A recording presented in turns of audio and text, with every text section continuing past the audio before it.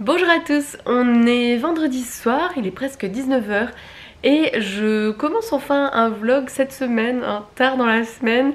J'avais vraiment l'intention de vous prendre plus tôt dans la semaine, je comptais vraiment faire ça mercredi parce que lundi et mardi j'étais hyper motivée à faire attention à mon alimentation. Je suis allée courir 2 fois et j'étais totalement zen, cool, enfin depuis que je lis la Nutri-Émotion, vraiment j'essaye d'être beaucoup plus en écoute de mes émotions, et donc j'étais cool, chill, et puis patatraf, mes intestins m'ont rappelé à l'ordre, hein. Petite crise enfin grosse crise en fait qui m'est arrivée la nuit de mardi à mercredi.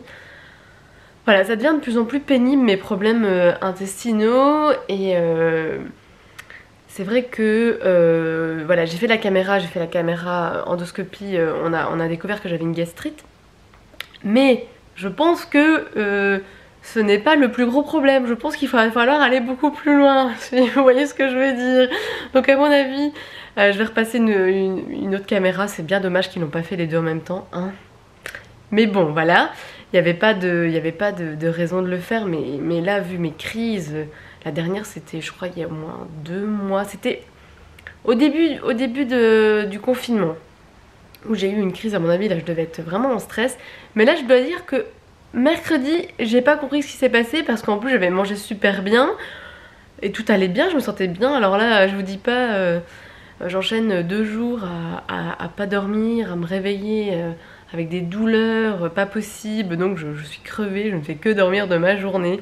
Donc depuis mercredi, je suis dans mon canapé et je ne bouge pas, et j'alterne entre lire un petit peu, regarder la télé, faire du pain, parce que le pain ça va, ça je sais manger du pain, ça me fait pas mal au ventre. Mais quand c'est d'autres trucs, ça commence à être compliqué. Et donc voilà, j'avais quand même envie de vous prendre en cette soirée et vous montrer. J'ai fait des baguettes, c'est la première fois que je fais des baguettes et elles sont mais trop belles, trop bonnes. Et vous savez, quand vous les touchez, c'est bien croustillant quoi. Ah, je suis ravie. Vous entendez ce beau bruit? Oh là là, trop bien. Donc il reste plus que ça déjà de la première. Et alors en fait j'ai acheté un moule comme ça pour faire mes baguettes. Et aujourd'hui j'en ai reçu un autre que je viens de nettoyer, avec tous des petits trous, parce que j'ai envie de faire des pains carrés. Puisque dans ce truc là, si je fais des pains ronds énormes, bah ça rentre pas. Vous imaginez bien. Et je vous présente mon grille-pain KitchenAid. Ça faisait au moins 1 an que je le voulais. Et sur Coolblue, il était à un prix intéressant. Et en fait, je l'ai reçu dimanche. Donc pour les Belges, je vous conseille vraiment de checker sur Coolblue, parce que c'est un petit peu l'équivalent Amazon, mais version flamande. Et ils livrent même le dimanche, si c'est pas trop cool. C'est fou ça, le peu que je bouge, de nouveau j'ai des petits pics de douleur qui viennent, c'est fantastique.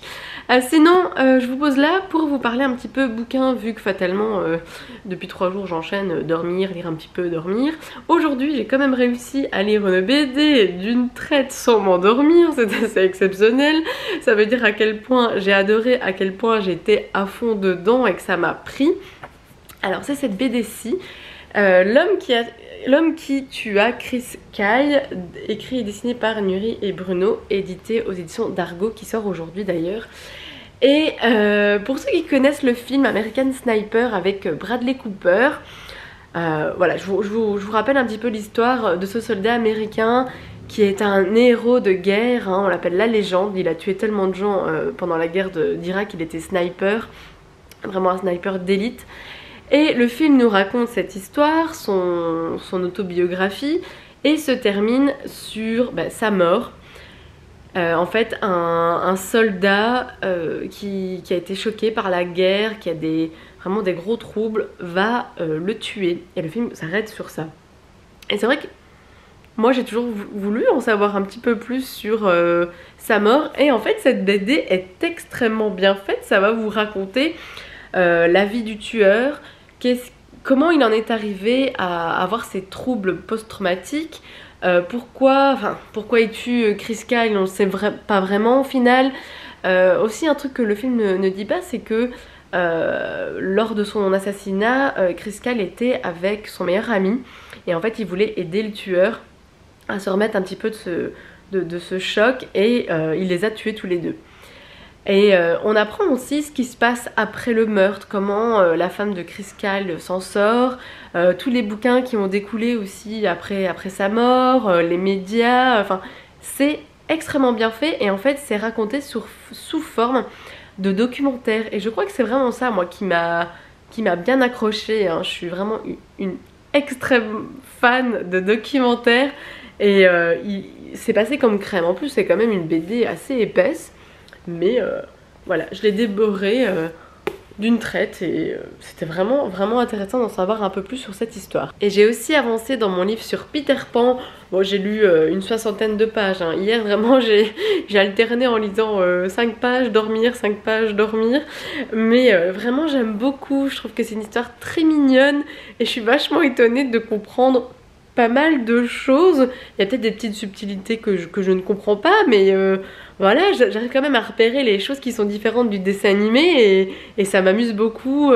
Voilà, on apprend que en fait c'est Madame Darling qui récupère l'ombre de Peter, qu'elle s'inquiète beaucoup, que en fait les Darling sont pauvres et c'est pour ça qu'ils ont une nurse qui est un chien et donc le papa est assez embêté d'avoir une nurse, enfin un chien comme nurse parce que il trouve que Nana s'occupe des enfants un peu comme si c'était ses chiots, elle donne à manger avec la cuillère carrément, c'est vraiment mignon et là ils arrivent au pays imaginaire et Wendy s'inquiète un petit peu, elle dit qu'il faut quand même continuer à suivre Peter parce qu'ils vont pas retrouver leur chemin, ils sont obligés de le suivre. Mais ouais, j'aime vraiment beaucoup. Tant qu'on est sur les bouquins, je vais vous montrer celui-ci que je viens d'avoir. Je vais aller le chercher tout à l'heure. Donc c'est fabriquer sa lessive, son dentifrice, son shampoing, ses produits d'entretien et c'est édité aux éditions Larousse. Et je cherchais un livre comme ça pour commencer à faire des produits d'entretien moi-même. Et donc fatalement pendant le confinement j'ai eu tout le temps d'aller checker sur tous les sites et regarder des présentations de livres. Et en fait ce que j'aime beaucoup avec celui-ci c'est que ça vous montre la recette sous forme de schéma. J'adore ça. Et puis avec des anneaux c'est vachement pratique quoi. Non vraiment il est très beau et je vais tenter l'expérience. On se retrouve en cuisine et je vais préparer une recette d'HelloFresh. On a reçu un colis mercredi. Et alors fatalement c'est vraiment pas de bol pour moi puisque comme mes intestins ne veulent pas bien fonctionner, je peux pas faire les recettes exactement comme sur les images parce que je sais que ça c'est un peu compliqué hein, là en bas. Donc ce soir je vais pas faire la même, en fait c'est filet de saumon, sauce crémeuse et purée de ciboulettes.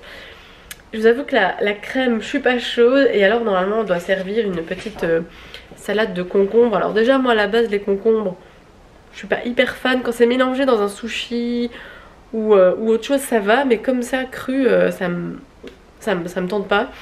Et comme là j'ai mal au ventre, je pense que je vais juste faire le saumon, la purée et c'est tout.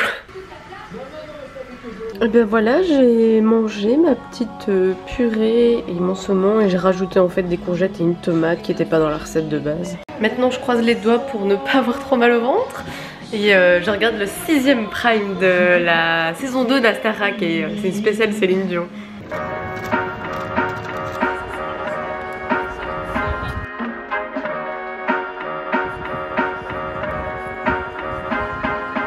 Coucou, on est dimanche, finalement je vous ai pas pris hier. On a été faire des courses très tôt au matin pour la maman de Philippe et puis on a été se balader dans le centre. Et vraiment cette petite balade était super agréable, on a fait quelques achats, ça fait vraiment plaisir de retourner dans les magasins. Mais moi ça m'a complètement cassé, mais vraiment vidé de mon énergie. Quand on est rentré début d'après-midi, je me suis mis dans le canapé et limite je m'endormais devant ce qu'on regardait. Et j'en profite pour vous montrer 2-3 trucs que j'ai achetés et après ça va passer à la machine à laver. Alors en fait j'étais chez Deal et Camille, je voulais absolument me racheter voilà, des essuies de vaisselle parce que depuis que je fais beaucoup de pain, fatalement j'utilise beaucoup d'essuie et à chaque fois je tombe un petit peu en rade. Ceux-là sont vraiment super mignons. Et encore un jaune à carreaux. Et alors j'ai enfin acheté une ramassette hein. Voilà, avec une petite brosse toute comment, assez lisse quoi. enfin douce, je cherche le mot, depuis que, c'est vrai que depuis que je suis à Bruxelles, j'en ai jamais eu. Et depuis que, voilà, que je fais du pain, il y a des miettes partout, il y a de la farine partout, donc c'est bien d'avoir ça. J'ai trouvé aussi une petite éponge, vous savez, pour gratter la peau sèche sous la douche. Je suis allée chez Waterstone pour voir les livres en anglais et c'est vrai qu'il y avait tellement de trucs, je savais pas quoi choisir, mais j'avais repéré ce livre là et toute une série comme ça sur internet. Donc c'est les 500 secrets cachés sur Bruxelles, et en fait ça répertorie en fait un petit classement à chaque fois de 5 choses, des bars, des restos, des trucs à visiter, des magasins. Enfin, vraiment c'est chouette, je pense qu'on va découvrir beaucoup de choses. J'ai aussi pris un super tote bag chez Deal & Camille, il est énorme, il est super épais et il y a même une petite pochette ici, très pratique. Je vais essayer de l'emmener un peu plus avec moi. Ah, il est déjà tout seul, c'est génial, je pourrais déjà le laver. Je sais pas si vous allez bien voir, mais je me suis trouvé ce petit pantalon très fin d'été chez Springfield, et vraiment il est assez chouette, ça fait un peu jupe tellement il est assez large, je suis super confortable dedans.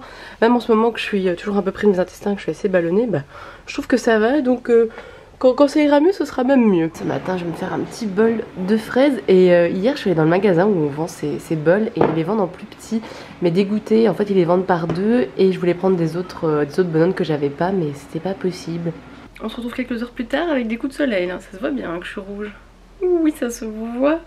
On a quasiment passé l'après-midi au soleil, ça fait vraiment du bien. J'ai mon nez rouge aussi. Tout le temps, enfin tout le temps sur le nez. On a mangé un bon couscous, ma mère avait commandé un couscous. Et je pense qu'elle va manger pour 8 personnes. Hein. On en a repris tellement il en reste. Mais ouais, ça fait du bien, une bonne petite journée au soleil. Je sais pas si vous entendez, mais j'ai migré dans le lit et je vais me faire le prime 7 de la Starac et je suis en train de m'endormir. La journée au soleil, vraiment ça crève, hein, la vie est difficile. On se retrouve lundi, il est presque 20 h. Je vous ai pas pris de la journée, j'étais morte. En fait je me suis réveillée, j'étais fatiguée, j'ai fait une sieste au matin, j'ai fait une sieste après-midi, je suis restée en pyjama toute la journée, c'est vraiment quelque chose qui ne m'arrive pratiquement jamais. J'ai quand même fait du pain aujourd'hui parce que comme je recommence à travailler demain, je n'aurai pas de pain et ça aurait été un petit problème, donc j'ai quand même fait du pain. Et hier soir, on a regardé le début d'un petit documentaire, je vous le mettrai en barre d'infos, c'était sur des histoires de dynastie. En fait, l'image, la miniature sur YouTube, c'était la royauté anglaise, et là j'étais ah, je veux voir. Et finalement, on parle d'autres pays, de d'autres dynasties, et on a quand même cité la Belgique, j'étais vachement étonnée. Et du coup, ça m'a rappelé que je n'avais jamais entamé ce livre-là. Pour l'histoire, écrit par le roi Léopold III. Voilà, il revient sur quelques épisodes de son règne qui ont fait polémique pendant la Deuxième Guerre mondiale. Et c'est en train de me passionner vraiment beaucoup, parce que du coup je suis en train de checker sur Wikipédia pour lire en même temps les faits officiels et ce que raconte le roi. Et je suis assez à la limite révoltée de ce que j'apprends, parce que au début de la Deuxième Guerre mondiale, les ministres belges, le gouvernement part en France et part à Londres se réfugier, et le roi décide de rester parce qu'il est le commandant de l'armée, il est le souverain belge, et en fait les ministres sont un peu contre lui, mais en même temps on va l'accuser de plein de choses, mais alors que c'est lui qui a quand même décidé de rester et eux de partir. Et effectivement dans ce que je lis sur Wikipédia aussi, on dit voilà, c'est le roi qui déclare la capitulation de la Belgique sans en informer son gouvernement, mais son gouvernement est parti. Donc il n'y a pas vraiment de gouvernement, mais voilà, c'est assez polémique, et en même temps je trouve ça assez révoltant que lui décide quand même de rester avec son peuple, même si les ministres pensent qu'ils complotent, il décide quand même de rester. Donc bon, il y a deux versions, on ne saura jamais vraiment à mon avis le fin fond de cette histoire, mais moi je suis quand même un peu plus avec le roi, à ce que je lis. Bon, après voilà, c'est sa version, j'ai pas la version officielle, mais j'essaye de trouver des infos, mais voilà, c'est en train de me passionner, hein. Voilà ma petite occupation de mon lundi de Pentecôte. Et écoutez, sinon je vais clôturer le vlog maintenant. Ça aurait été ces derniers jours en fait un peu fatiguée, encore un petit peu voilà, souffrante de mes intestins. Je dois dire qu'aujourd'hui ça va vraiment mieux. J'espère que demain je serai en pleine forme pour reprendre, voilà, reprendre le sport correctement, reprendre mes habitudes que j'ai prises juste la semaine passée et qui se sont cassées en 2 secondes. Et écoutez, je vous reprends dans la semaine, hein. J'espère que cette fois-ci tout ira bien. Et on se dit à très vite, passez une très très bonne semaine.